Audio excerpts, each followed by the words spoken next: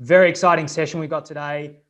We actually surprisingly had so many questions come through over the weekend to our stories that I've even written some of those down. So we'll obviously give priority to those of you that are live on the call today and make sure that we get your questions answered. However, do feel free to send through any questions over the weekend and we'll try and answer those as well. All right, well, I've wasted enough time. I think we're live on Facebook. It says at the top of my screen. So let's get started. I'm going to share my screen. All right, everyone. As I said, it is Wednesday, the 24th of Feb 2021, and this is question time. I very much want to thank everyone for giving us their time today. I know, as always, it is busy and everyone has things to do. So I appreciate you setting aside the next half an hour to join us. What I do ask all of you is that you focus, give us your attention, and really we want you to be involved. We do this for you, our customers, our callers, everyone that's here today. So get involved, get the questions flowing. The question and answer is open. You can start typing in your questions now. I will run through them and try to answer everyone's questions, but I will give a priority, as I said, to those of you that are on the call live today. As well as those of you that get in first. So feel free to throw them in straight away. If you are a first time caller on here and you're not too sure as to what Salvo does, we do a lot of things. However, ultimately, everything we do is about creating homes for people. So we're all about helping you, helping all of our customers create a home.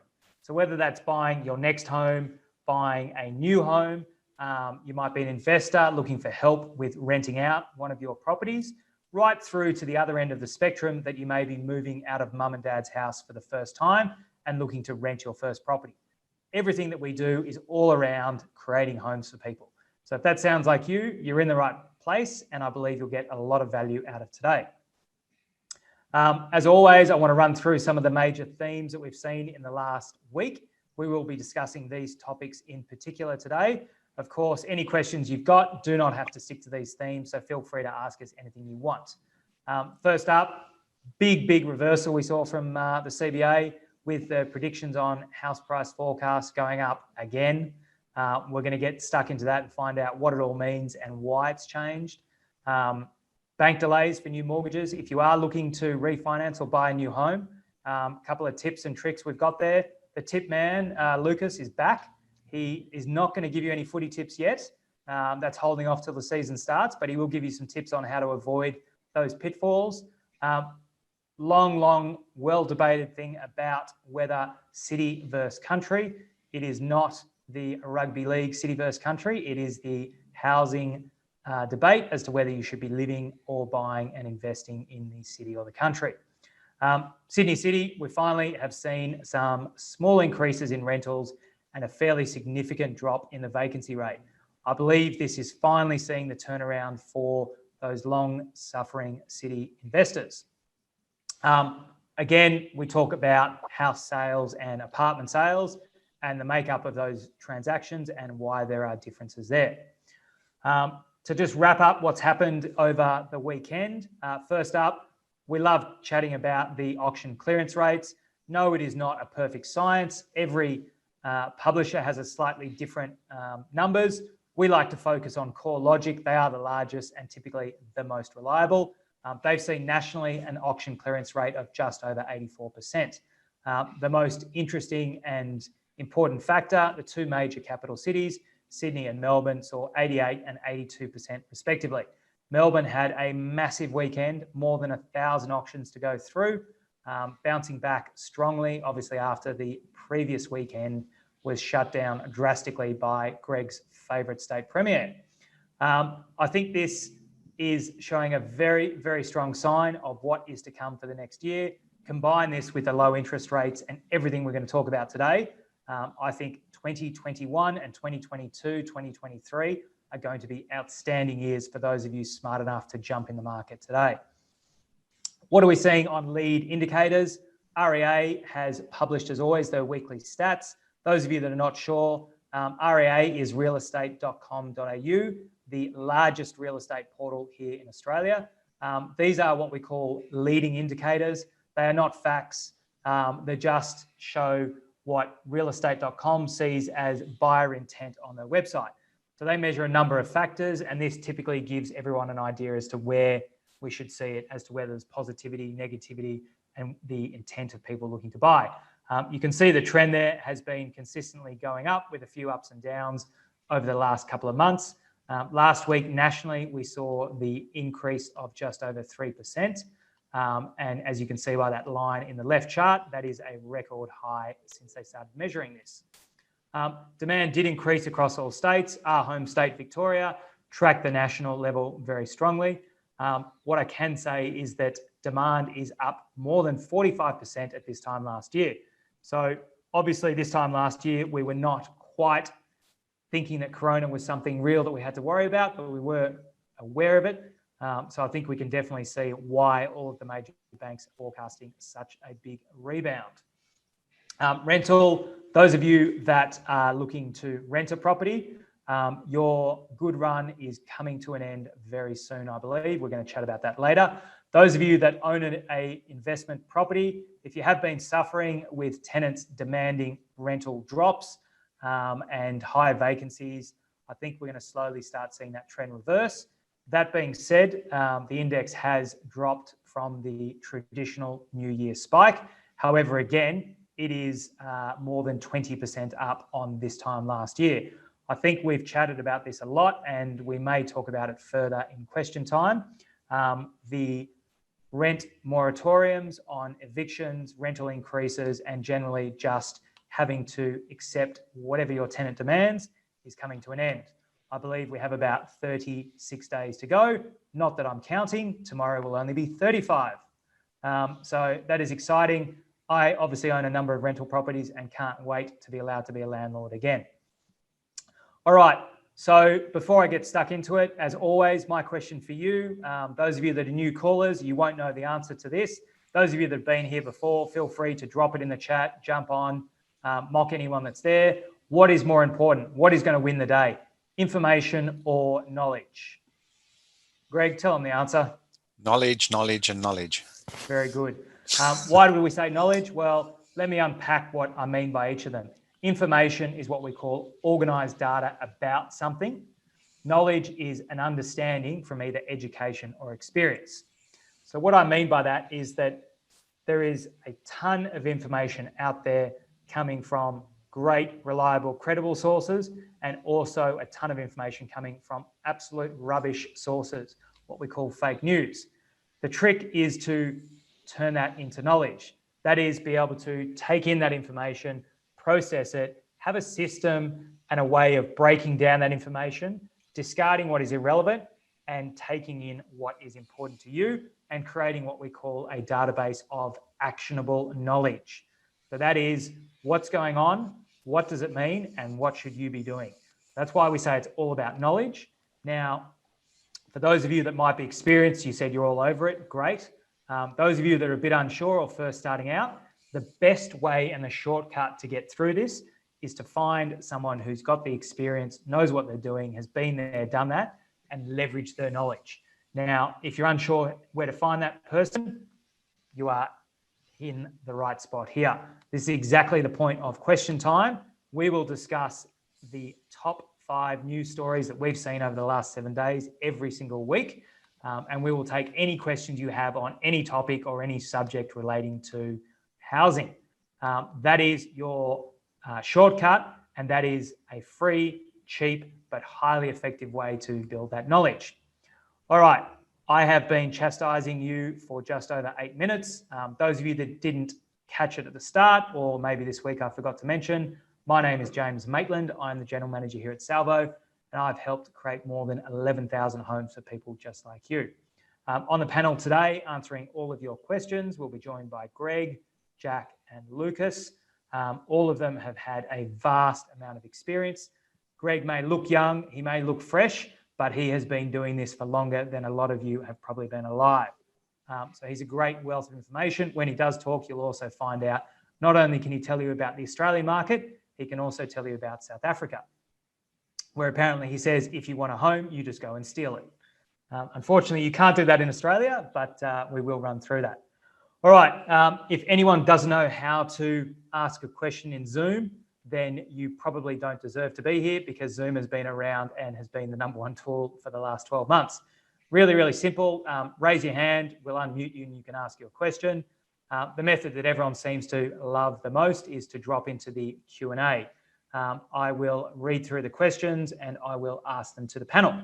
If we do miss your question, don't stress. I'll get back to you after the session's ended, or we'll hang around for a bit longer. All right, let's stop sharing my screen and let's get stuck into it. Lucas, you can see me okay? Yes. Great. All right, so first question up is from me. COVID or Corona, has it really caused an exodus from our cities? Is that happening? I'll tackle that one. Actually, James, no. Sorry to disappoint you. It's not happening. Australia has got one of the most internally mobile populations in the world. So the number that the difference last year, the people that moved out of the cities last year was 11,200 people. But when you look at that in comparison to the population of the cities, it's actually an insignificant 0.06%. Sorry, Lucas, just say that again. 0 point something? 0.06%. Okay, so nothing. Yeah, exactly. Here's an interesting fact that you might have not known, that so much as 40% of Australians change their address at least once every 5 years. So this is how mobile we actually are. So what about, I mean, obviously population growth we talk about is significantly less, but I'm guessing, being a numbers man myself, as a chartered accountant, that I do all of my bookkeeping every day, as you guys know, population grows. I'm guessing these numbers just naturally grow anyway, don't they? 100%. As the population grows, so will those numbers. Okay. So how exactly is this number of 11,000, how's that calculated? It's a net number. So basically it takes into consideration the amount of people that move out of the cities into, let's say, regional, and a number of people from regional move back into the cities. Okay. And so are we seeing any trend between the difference in those changes?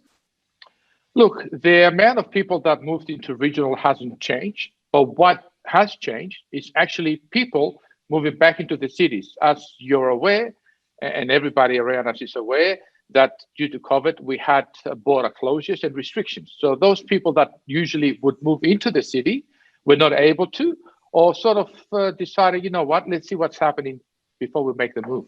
So, if I can just try to understand that, what we're actually saying is that the exodus of people from cities to regional has basically not changed between 2019 and 2020, but it's the farmers, who might finish school and are looking to move to the cities, haven't come for obvious reasons. Exactly. Yeah. And I'm guessing with that, those people from regional Australia that I guess are typically part of our younger population, they're still wanting to come to the cities for the education, the lifestyle and everything that's around. Exactly. Diverse employment options, high order social education and healthcare infrastructure.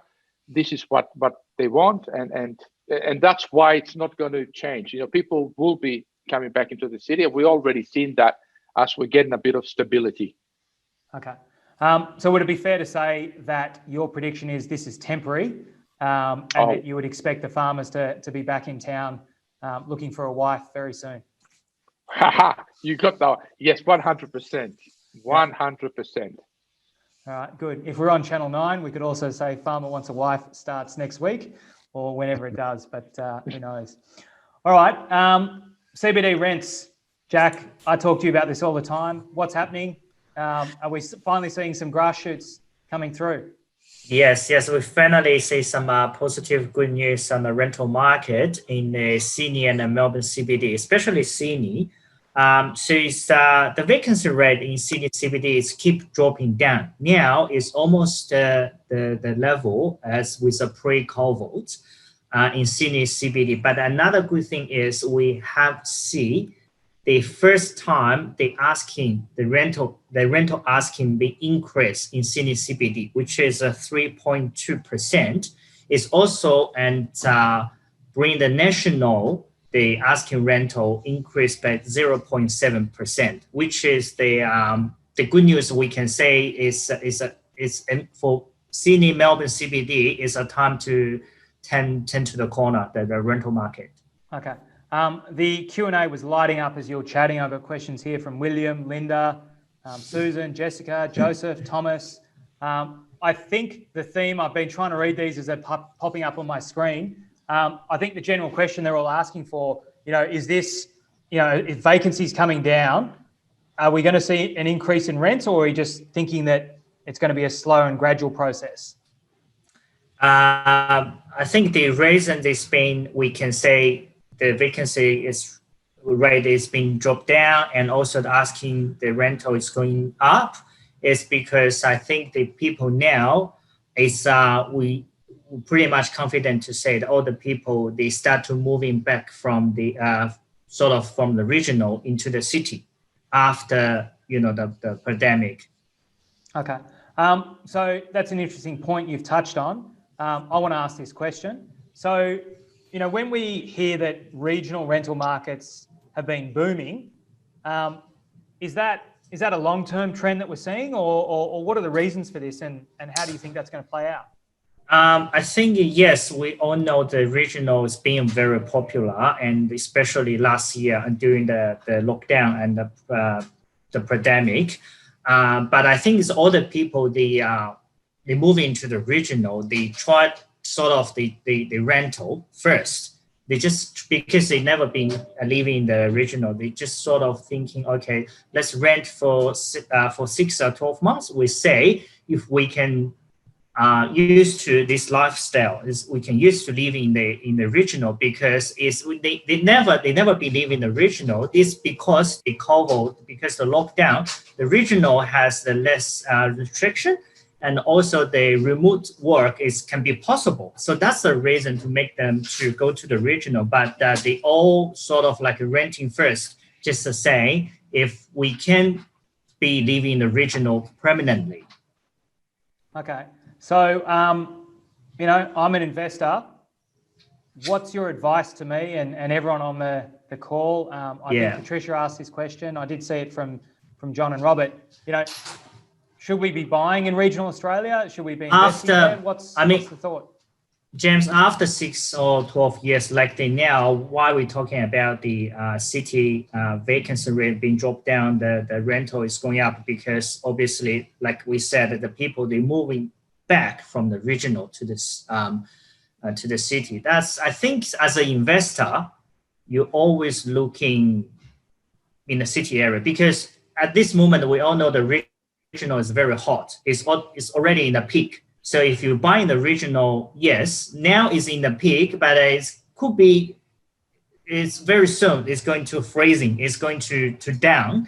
But for the city, always increase. It's always the smart buy. So as an investor, 100% and going to the city area, because the regional is being already at the peak.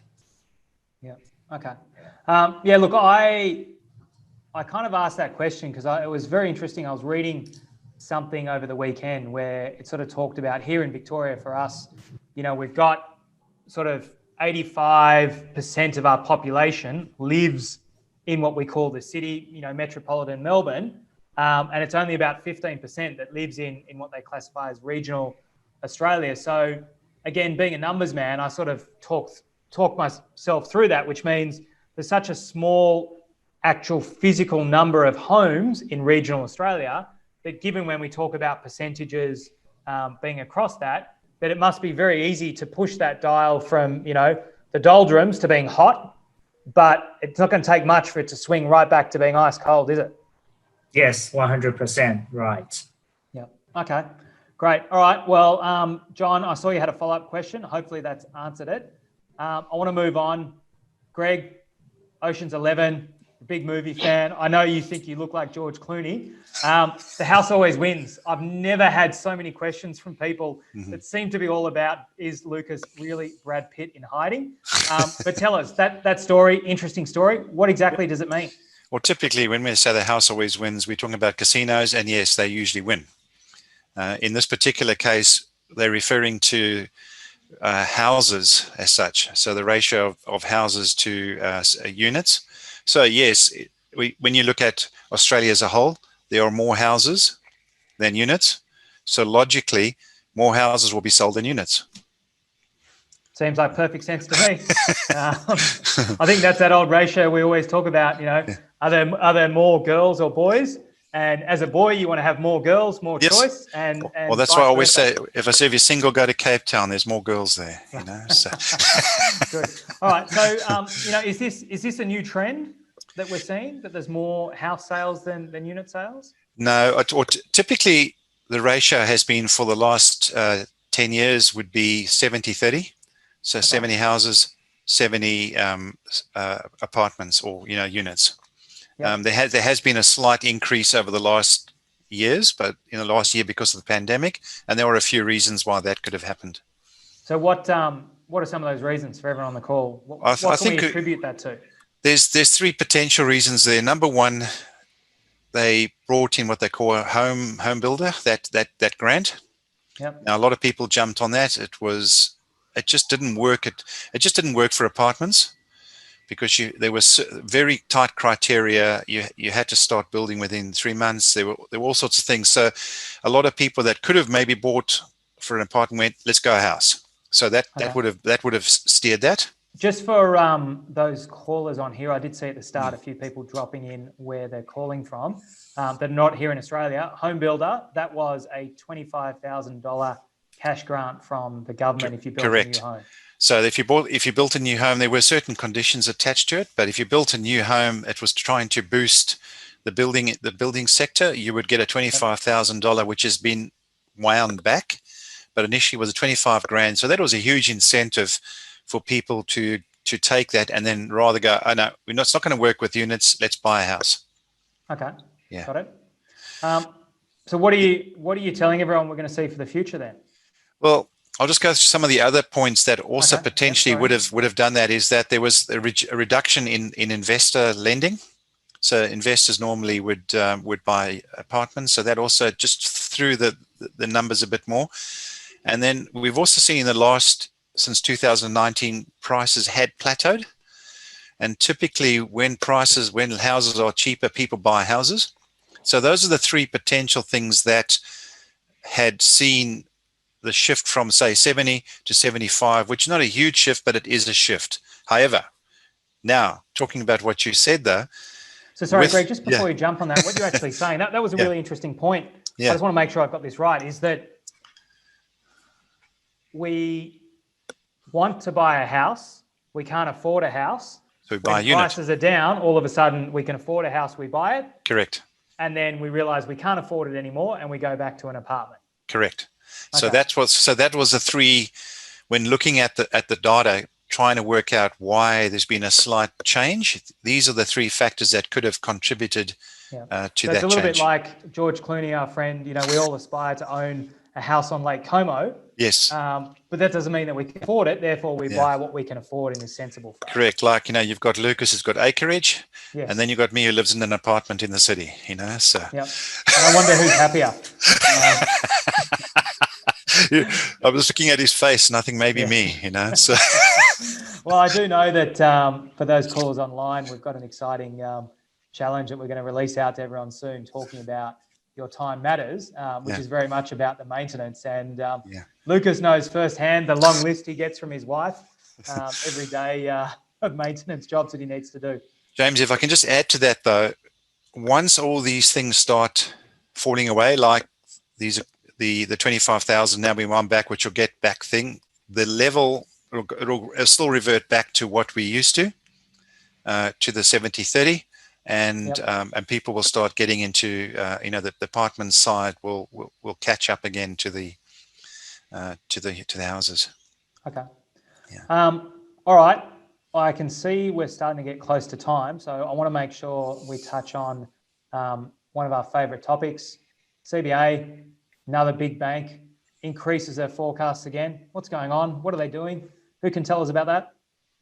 Yes. So according to the CBA's report, and the forecast of the housing price and will increase a massive 16% over the next 2 years, which means the CBA said as the house price in Australia nationwide will rise 9% in 2021, which is this year, and a further 7% next year, 2022. Okay. So Don's thrown a question in here. No, that's wrong. They said house prices are going to go down. I think, Don, you're right. It wasn't that long ago. What are we talking? Maybe only 9 months ago they were saying that. Why have they suddenly turned around and said that house prices are going to go up? What are some of the factors for that? Yeah, not only you. I think everybody were talking about, like back to the few months ago, everybody were talking that the housing price will drop like even 10%, 20%, 25% even. Like even the ANZ, Westpac, other major bank, they all predict the housing price will falling down, which is not long ago. But now they all turn around and say the housing price will, it goes up by 10%, 15%, even 20%. This is because I think they have realized like the huge amount of the new lending is driven because the historic low interest rate. There's more and more people, they enter into the market, they're going to buy. So that's why give the bank, all the people, the big confidence to say in the next 2 years, the housing price gonna increase dramatically. And so why did they get it so wrong though last year then? I mean, for us, last year was a tough year. So we have the Corona. Probably the same time last year. I think around January, February. I think it's 12 months ago. We wouldn't even know what is the Corona. We know might be the beer, but that's the virus. So everybody is uncertainty. So like it's developing like the global things. So everybody was thinking, okay, how are we gonna dealing with this Corona? What's it gonna happen next step? So everybody is sort of like very cautious. That's why people, they too negative. They have very poor predictions. Say, look, the housing price gonna drop, gonna go down. But after a few months, I think especially Australian, we're dealing very well. So we almost, go through the pandemic. Now I think we are one of the best around the world. So that's why we have a more clearly version to say what's going to happen in the next 2, 3, even 5 years, along with the low interest rate, along with the factor, which is huge lending amounts. We're very confident the housing price will increase like the CBA prediction. Okay. All right. So interesting turnaround of events. I think pretty much we've had all 4 major banks now significantly increase their house price forecast. I think we talked about Westpac a few weeks ago, CBA, ANZ, who cares? And I'm sure NAB's done the same thing as well. For any ANZ employees out there, I only said who cares because you're my bank and you'll never help me out whenever I want it. So thank you. All right. I did get quite a few email questions over the weekend from people responding to the discussion we had about home loan delays, saying, what can I do to get to the front of the queue? How do I get in front? Mr. Tipper, any thoughts on that? Yes, a very good one. Basically, deal with a broker, a large reputable broker, because they are able, with their access to all the banks, to be able to find you one that's not only going to give you a good deal, but also speed things up as much as they can. AFG, Australian Finance Group, I do push our own lender. But look, most definitely, what we've seen now, record low mortgage rates, government incentives, income support, repayment holidays by the banks, they're giving you time off to mortgage payments, demand for property, and FOMO, which is fear of missing out. It has created, a huge amount of paperwork for all the lenders now. And a lot of the major banks don't even take a look at it for 15 to 20 business days, which normally 1 to 3 business days. So that's where you go to our broker.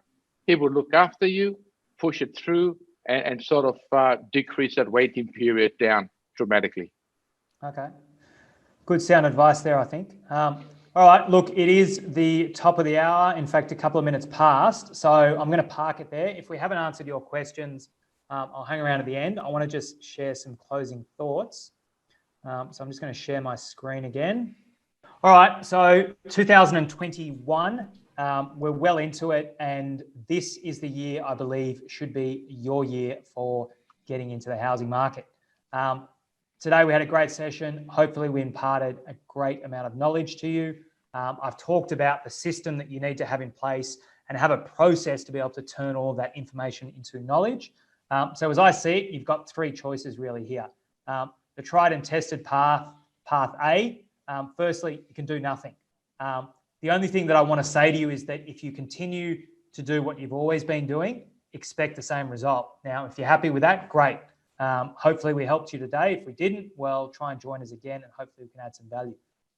What I hope that you do as a bare minimum is you take what you've learned today, think about the system that we discussed, think about what we've talked about here, particularly a number of the incentives that are around, and just more particularly, now is the time to jump in and go and do it yourself. But what I really, really hope that you do, and my wish for everyone out there, is that you come down the opposite path, path B, and do it with us. Let us help you. We value your time. We really think that we can help you with this journey that you're on. How exactly do we do that? Well, look, we need to meet with you. We need to discuss it. And I think that's the most active and most involved way that we can do it. So in order to facilitate that, I've blocked some time in everyone's diaries over the next week so that we can catch up with every single one of you and really discuss as to whether you can be a good fit for us and how we might be able to help you. Those of you that are wondering what's involved here, it doesn't cost you anything. There's no sales tactics. This is purely just us wanting to give back and help you. A typical meeting that we're talking about would be 15, maybe 20 minutes. It's really simple. It can be a virtual or a face-to-face catch-up. We just meet someone on the team, have a quick chat about where the market's at, what you're thinking, what you've been doing, what you're hoping to do, and really just sort of discuss your future plans. And from there, hopefully we can map out a plan, discuss as to whether you can fit well with us and what the next steps are. And if you decide that you want to go down this journey with us, then great. We'd love to have you on board and really excited. And if you don't, well, hopefully you've got some more free knowledge and you're well on your path to getting that new home. So I really, really encourage everyone, if you're thinking about it, this is a great next step for you. Still not sure whether this is what you're after. Look, if you're still on the call right now, then it's for you. If you want me to run through it a little bit more, it's probably, for those of you there, you're doing well, but you've got to sort of just get that push to the next stage. You're going to be motivated. You're going to be confident. You're going to actually be able to take that action, because ultimately you've got to get in there. You've got to take that action, because trust me, in 5 years' time, you're going to look back and say, I shoulda. Guess what? Right now, today, if you look back where things were 10 years ago, I bet you're all going to say, I shoulda. So don't miss out on that again and get involved and do it today. You're going to be hungry. You've got to roll up your sleeves and be ready to do the work. That we're going to put our heart and soul into this, and we expect the same back from you. How do you do it? For those of you that are frothing and excited, jump in the chat. There's a link. Post-webinar redirect page on your browser should be showing that booking page. And for those of you that are unsure as to your availability, I will send you a follow-up email after the session ends, and you can book your link there. Don't press the button on the screen. That does nothing other than looks fancy. So that is it from me and the rest of the panel here today. We have gone over time, so thank you very much for everyone hanging around. There is this session. I'm just going to stop sharing my screen so you can all see our faces again. This is a great session. We've had a good amount of information to run through today. I hope that you got some value out of it. As I said at the start, I appreciate all of you setting aside half an hour of your busy days to join us. We do this every week. We do it for you. We love the enthusiasm. We love the passion that everyone puts in. Get involved, get your questions. As I said, we'll answer every question that we can, but we'll give priority to those of you that are here live. So that is it for today. So from me and everyone on the panel, thank you very much for your time. And we look forward to seeing you again next Wednesday, same time, same place. So thanks, everyone.